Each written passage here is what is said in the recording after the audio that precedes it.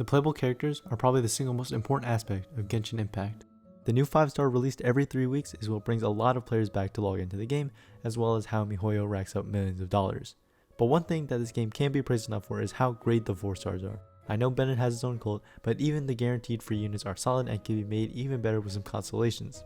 With a 5% base pull rate as opposed to the 5 stars 0.6%, it is extremely easy for free-to-play players to get access to these powerful units. On the 1.1 banners with Tartaglia and Zhongli, we were also blessed with Diona and Jinyan. I like both of these units a lot, so I was pretty sad when I saw that there would not be any new 4-star on Albedo's banner, and there presumably won't be one on Ganyu's either. I couldn't find where, but I think I read somewhere that they still don't have any new 4-stars on the Chinese beta server, so we really don't have any idea if new 4-stars will be coming in 1.3 when that comes out in 6 weeks. But anyways, the actual point of this video is that I began to wonder how much work exactly goes into the creation of a new character. I have a feeling there's a lot more than what you might initially think.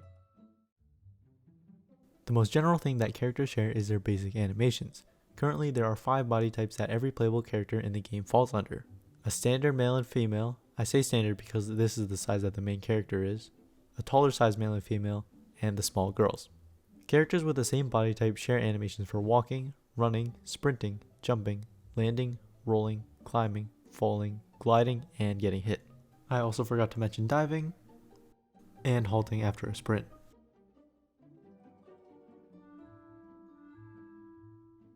Out of those, the one most unique to their body type is the landing animation. The tall males have this cool superhero landing, while the smaller males have this kind of silly looking stick landing. For weapon animations, each character has a completely unique string of basic attacks.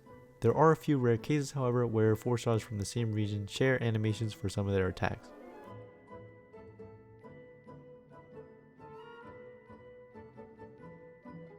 Interestingly, all characters of the same weapon type have the same plunging attack animation. Also, each character has a unique animation for making their weapon disappear, and I think these ones look incredibly cool. I just noticed that there's a second unique animation for every swing of the basic attack combo in which the character moves back to the default position.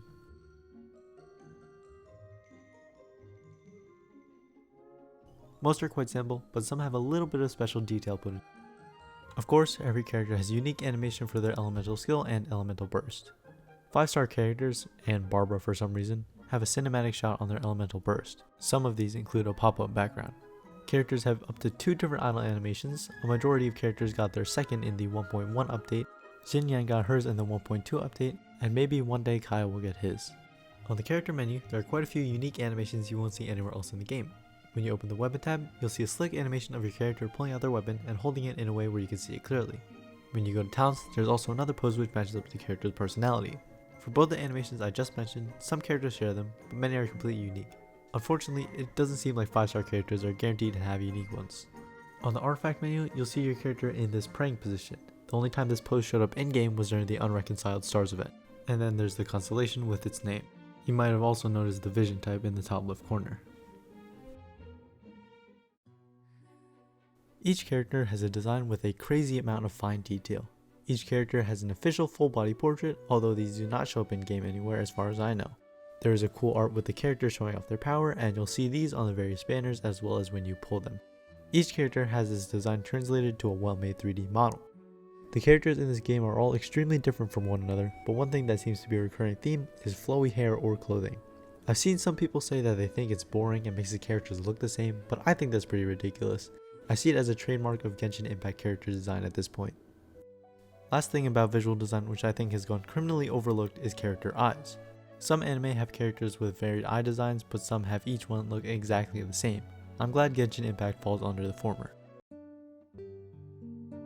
You probably weren't expecting this one, but it's actually pretty important. So each character has numeric values for their base HP, attack, and defense which scale with level. Each character also has their own unique stat which scales with ascension level. This can include elemental damage, a crit stat, healing percentage, and so on. All characters have a base crit rate of 5% and crit damage of 50% at all levels. In terms of attacks, there is a percentage value for each hit of a character's basic attack combo, their charge attack, and plunge attack, which determines how much damage they do in relation to the character's attack stats. Elemental skills obviously vary a lot, but most need to factor in the skill damage, duration, cooldown, and energy production. For elemental burst, you generally have the skill damage, cooldown, and energy cost. Of course, for both of these abilities, there are scalings for levels up to level 15.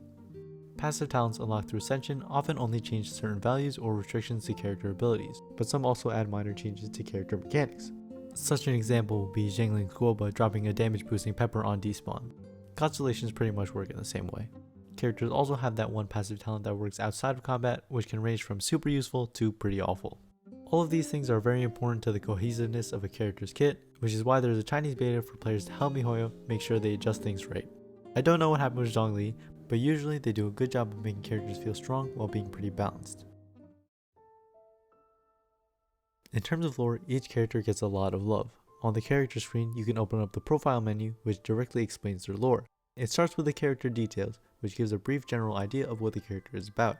Next, they have 5 different stories, so that you get to know quite a bit about that character's past. There's one story that is not about the character themselves, but is closely related to them. And last but not least, the story of how they got their vision. I definitely recommend you go read these for your favorite characters if you have them unlocked by increasing their friendship.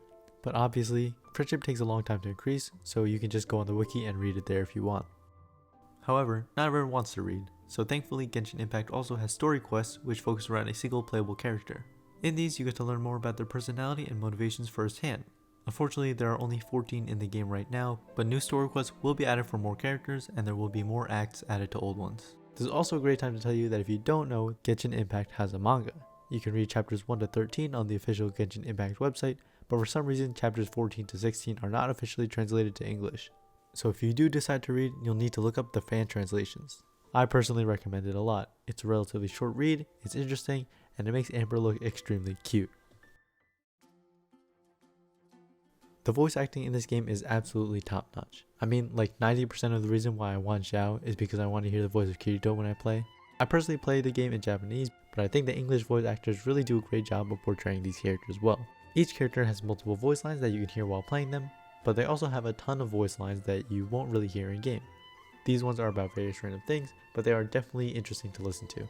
I especially like the ones where you can hear what the characters think about other characters. It makes them feel connected and it makes the world more believable. To sum up my findings and answer the original question of the video, to make a new character you need the character design, official artwork, the 3D model, weapon animations for attacking and resetting, animations for the elemental skill and burst, idle animations, character menu animations, damage scalings, passive talents, constellations, lore, and fully voice-acted voice lines.